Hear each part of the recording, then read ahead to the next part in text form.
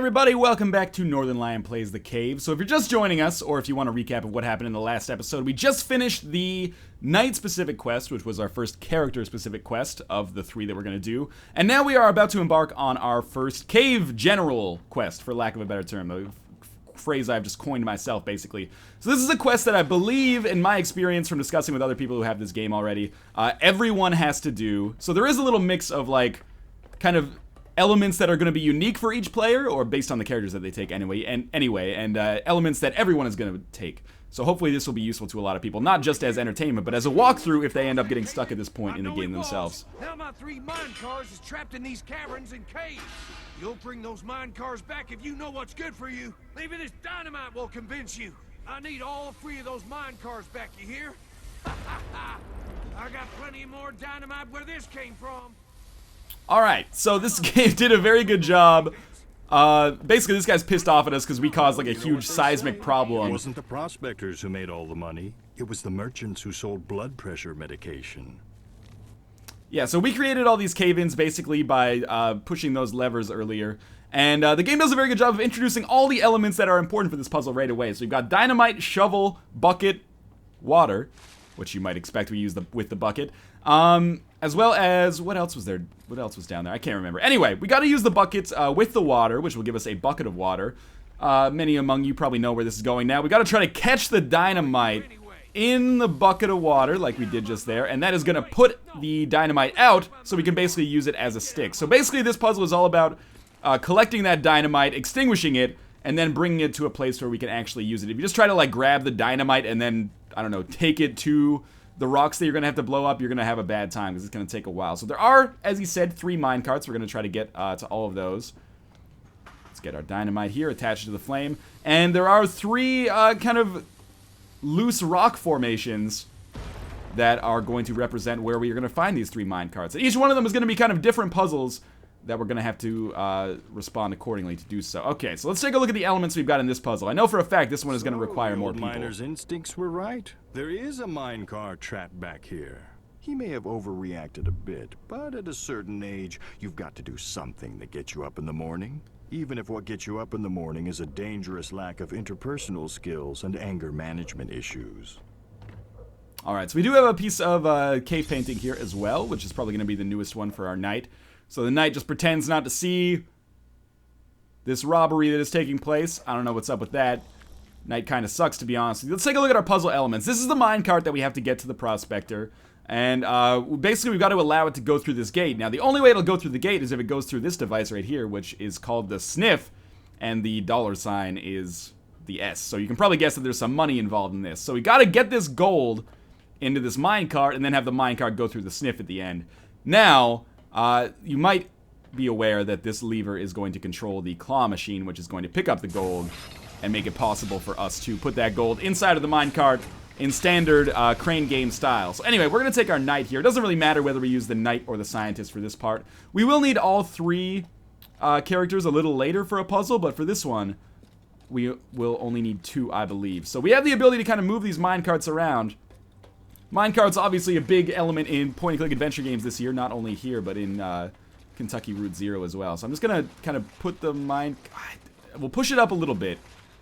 And then we have to be fairly quick about this. This is the only thing. So I'm going to take the adventurer, use the claw lever, immediately take the knight, move backwards. We just missed it. Okay, we can maybe try pushing it up instead. So let's hold it here. Again, we'll take our adventurer, and then we'll push this up. Oh, they're in 3D space, they're actually not obscuring one another, so we could just do things that way. Alright, now by just letting the minecart go, if I can jump over it here, it should just be carried through to the prospector based on momentum. So we'll be sniffing to see if there's any gold, that's going to open the gate. This minecart is going to make its way down, and we are 1/3 of the way through this puzzle, which is actually one that I figured out entirely by myself on my first playthrough, which I am proud of. It's the little things in life that keep me going, what can I say? As you can see, that bridge is also rickety as well. I thought you was gone for good. Time to get down to some serious hoarding. Maybe A&E will make a show about you eventually, man. Anyway, now we have to, as you might expect, get the other 2 minecarts, which are going to have varying types of puzzles. The next one that we do is going to be a little bit physics-based, and the one that we do after that is going to be more based on, oh, that was bad. It's going to be more based on point-and-click adventure style, like collecting the right items and executing accordingly. Anyway, we're basically rinsing and repeating. Get it? Rinsing and repeating because it got a bucket of water. Northernlion, hilarious as always. Wordplay, the highest form of comedy. Caught our dynamite there. You don't have to be perfect with the dynamite catches. You just gotta be there, basically. Get me those gall-darn mine cars. Again, I can't stress enough that I think the voice acting in this game is really, really hilarious. Really well done.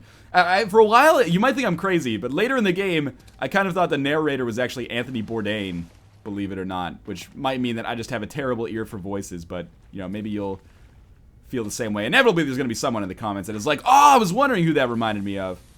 So that's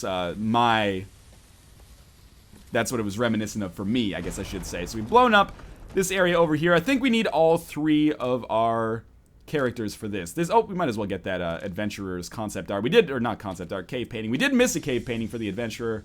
I wonder if I got that on my last playthrough. So far we got the glory of discovery, hogging all the fame. So that's us hogging all the fame, as you can see. And then upset partner. So everyone's pretty pissed off at us, including that monkey.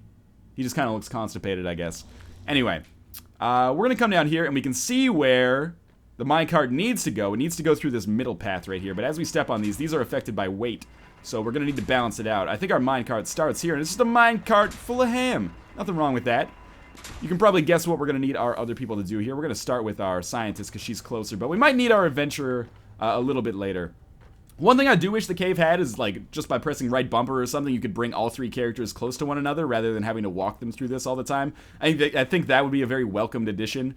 But, you know, it's not a deal breaker in the whole scheme. Oh, I killed him. It's not a deal breaker in the whole scheme of things. It just makes things take a little bit of extra time sometimes. So we're going to... Whoa, I thought he was going to die there. We're going to use our scientist to kind of weigh this down. And then now we shouldn't have to because the ham will weigh it down. But now we've got to get the... Wait. Come down here, scientist. I'm not done with you yet. We're going to push the ham off. Like so. Then this platform should come back up. Now we've got to weigh down the other platform so that the ham can get on that. Maybe we don't need all 3 for this. So let's have her stand over here. Then the knight should be able to pull the ham onto this thing. Perfect. And just stay here. Now I think we're going to need... Let's get the scientist off of this. I think we're going to need at least 2 to make this work. But that's fine because we can get 2 up there fairly easily. So 1 should not balance it out, I think. It might, but...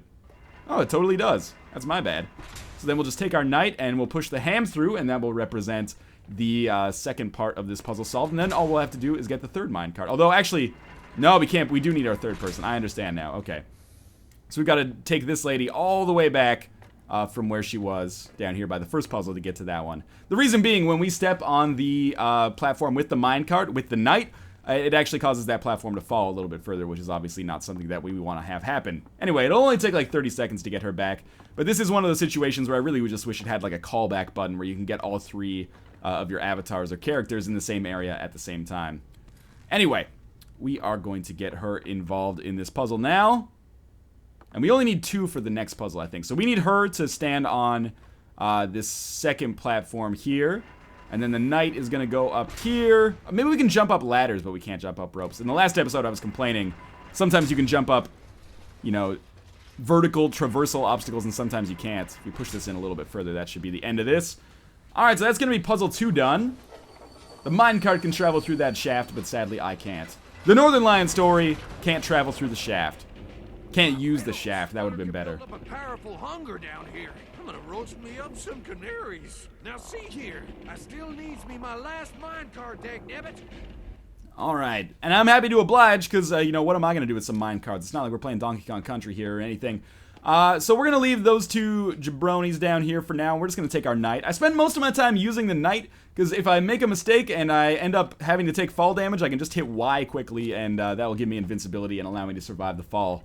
Which is more useful most of the time than the ability to hack or use the grappling hook, which is only going to show up a couple of times, and particularly only going to show up in the adventurer-specific level. Anyway, oh wait, I didn't get the bucket of water. That's my bad there.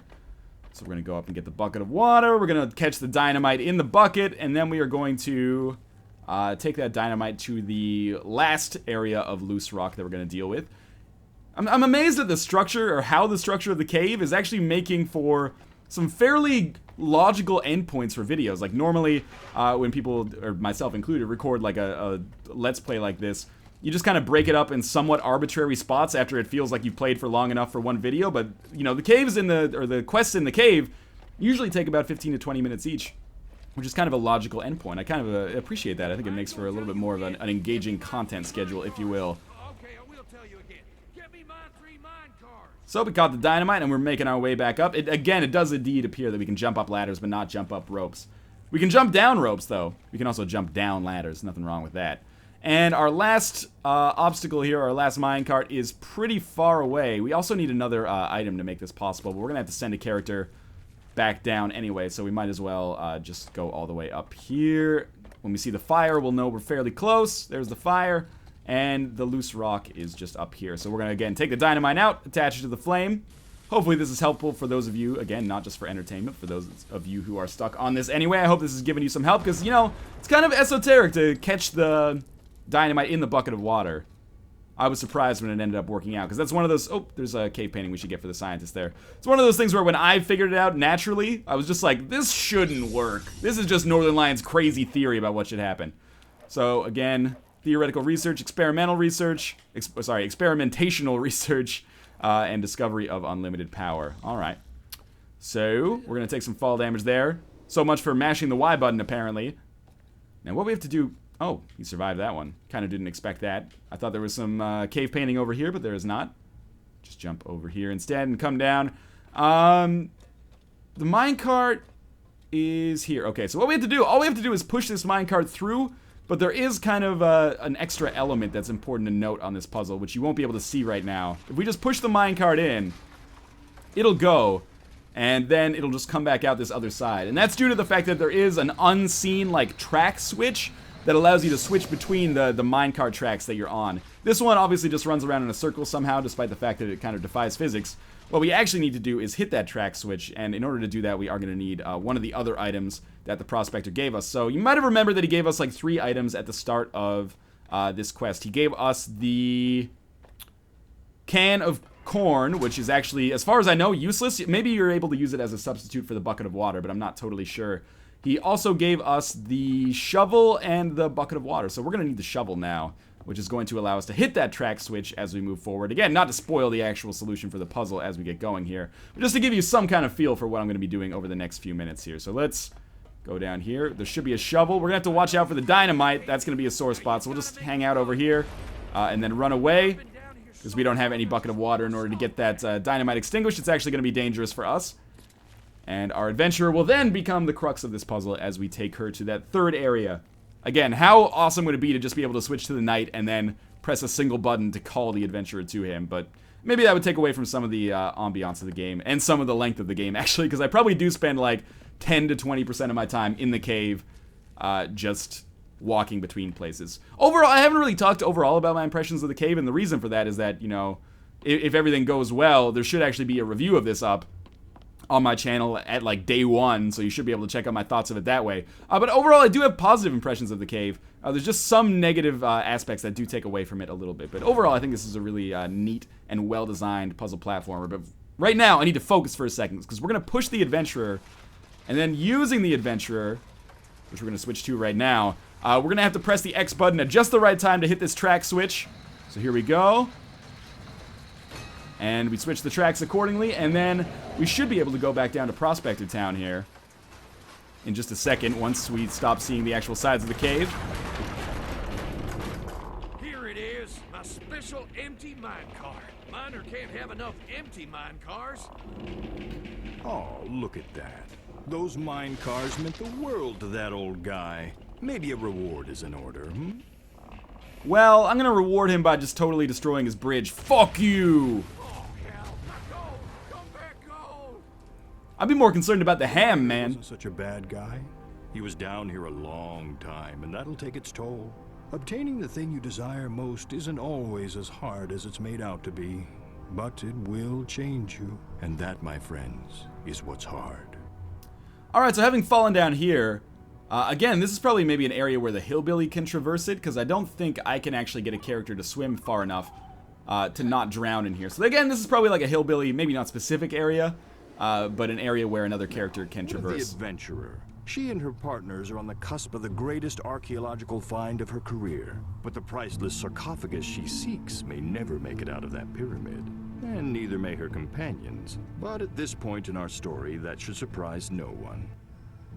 Alright, so this is a good a logical endpoint for this video, because this kind of marks where we are about to start the adventurer-specific quest, which will probably take up the bulk, if not the entirety of the next video, and maybe the video after it, because it's a fairly long quest, at least the first time I did it. So again, thank you guys for watching. I hope you got some good value out of this, whether you're watching it for informational or entertainment purposes. And in any case, I will see you guys next time when we do the adventurer-specific quest. Thanks for watching.